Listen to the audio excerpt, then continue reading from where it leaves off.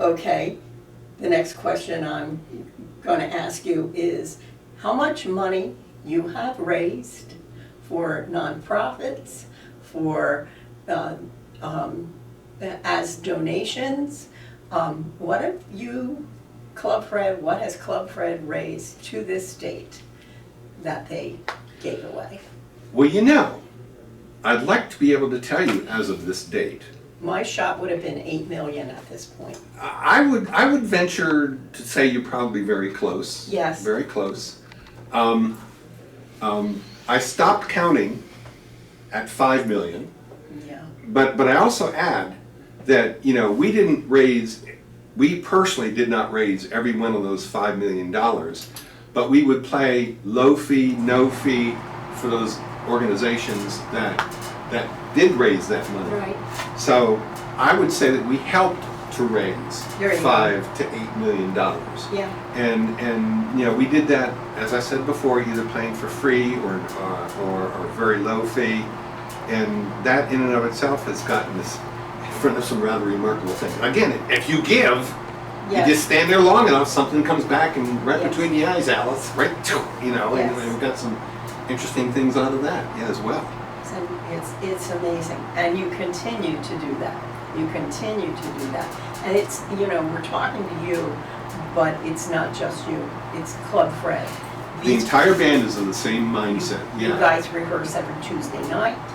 Okay, there's full dedication to the band, to the music that your audience likes, and the music that will attract new audiences, and you know, sponsor many more wonderful experiences. We say endless thanks to you for that work. Well, we appreciate it too because it keeps us off the streets, you know, off the street Yeah. corners. We don't steal Yeah. near as many hubcaps as we used to. We just don't have time anymore. That's you know? it. Can I That's tell it. my Mark Farner story? Yes, May I? yes, Mark Farner, who was the lead guitarist, lead singer, and composer of 92%, he tells me, 92% of the hits of Grand Funk Railroad, was my, besides Felix, was my number two. They were both number one to me, but he was my number one rock star when I was born. We were three-piece band, the Pharaohs. Yes. Okay. We were Grand Funk wannabes, but I could never afford to buy a ticket to go see them. yeah. Never saw them live. So disappointed. So then about 20 years ago, I just happened to be, never saw them perform, just listened to their music and loved it. And I just happened to be catching the tail end of a documentary about Grand Funk Railroad. I said, well, damn, I'm sitting down for this one, okay? 5 minutes, I'll take 5 minutes, that's all there was Yes. left, all right? So here's Mark and his delightful wife, Lisa, being interviewed, lamenting the fact that the IRS drove them into bankruptcy for 27 years. And I sat forward and I'm saying, no, they did not. Not to my Mark Farner, they didn't do that. They wouldn't have the courage to do something like that to my rock star. And I just flipped out. And I didn't know how or why or how I was going to do it, but I was going to see if I could help him. Yeah. As it turned out, I was on my way to see Boots in Nashville, and Mark's agent, was in Nashville. So I found him on the web, and we had a quick conversation about this IRS thing, and he invited me to his office in Nashville when I was visiting with Boots. So I indeed did go to Nashville, met with him, and he told me this story that, and I'm not telling any stories out of school here because Right. Mark, it is known. It is known, and he wrote about it in his book. Great from Gunsmoke to Grace. I'm slaughtering the title of his book, but anyway, it's a great book. So what happened was, at the peak of their success, the Grand Funk Railroad put $100,000 into a limited partnership in oil and gas, a tax shelter. Now I know all about those things because this is what I do for a living. Okay, Right. I didn't know that was the the trigger, but now I'm going, oh, tell me more about that, you know? So apparently they put $100,000 in, so they each had a third. And then about a year or two after they split up, after they had bought this invested in this tax shelter, the IRS came back and disallowed the tax shelter, saying it was a sham. And since I had put a lot of my own clients into these kinds of programs, I knew the legitimacy of those things, and I just couldn't figure out why. So Mark's two guys in the bands immediately settled with the IRS. Remember, they had $33,333.33, each one of them in this thing. Right. So the two other guys settled for 50 grand with the IRS. And Uncle Sam now expected over $500,000 from Mark, from fees, penalties, interest, for 27 years, that his accountant and his attorney said, fight it, it's legit. Oh, which by the way, cost him an additional $500,000. So this $33,000 investment ended up initially costing him $1 million.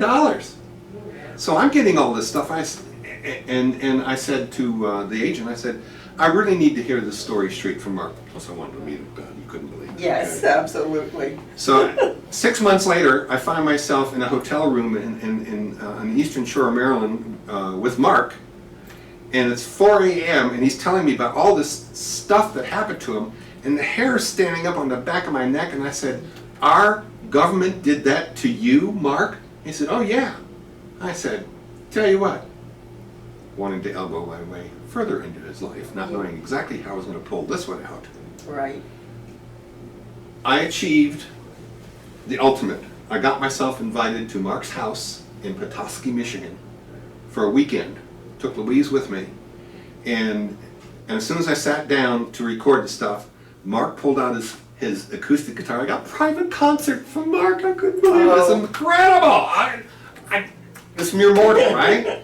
So I start writing down all the details of this abuse by the IRS, and that was awful. I mean, gut-wrenching, okay? So I said, I don't know what I'm going to do with this, but I'm going to run with it. He says, okay. As I get back to Delaware and I'm finalizing it, the story, it suddenly dawns on me that our very own Senator Roth IRA, our own Bill Roth, was heading up a committee investigating IRS abuses. See, there is a God. Yes. The planets aligned, and he was waiting for me, okay? So I submitted the story to Roth's office. 2 weeks later, he gets voted out. I went, oh, okay. But to his credit, his staff continued to shove on this thing, okay? And so finally, after 27 years and $500,000 in fees, interest, penalties, etc., Uncle Sam settled for 150 grand. So I said, write the check, get him off your back, and Mark likes me a lot now. Absolutely. Absolutely. Well, Mark likes you also because both of you are really good, charitable, full of life people. Well, thank you. You know, he is. That's super, absolutely super guy. true. Yeah. Yeah. But that's my Mike Farner story, and I'm sticking to it. There we go. Pearl's Books. Pearl's Books. So I decided to write these books dedicated to my mother. They're all about women. I love women. My mother was a woman. Oh, hey, good. Okay, easy correlation. Easy correlation. I could figure that one out. Okay. So I have written 3 books. They're all entitled Pearls, Women Who Radiate Success. And what I did was I interviewed 62 women. Most of them had come from, some were extraordinarily modest means, some gut-wrenching stories. Right. That they rose above it to incredible success. Yes. So I wanted to give them an opportunity to tell their story, and to tell and to have it written in such a way that people could read it and say, well, if they could do that, I could do that. Well, of course you could do that. Right. You just didn't know it. Nobody Right. gave you permission to do it yet, okay? Right. But everybody has permission to do this, all right? Right.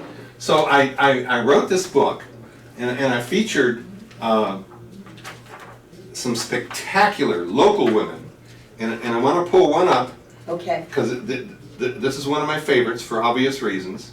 Come on, there it is, there it is. Okay, this one. Yeah. Yeah, I finally found something I'm looking for.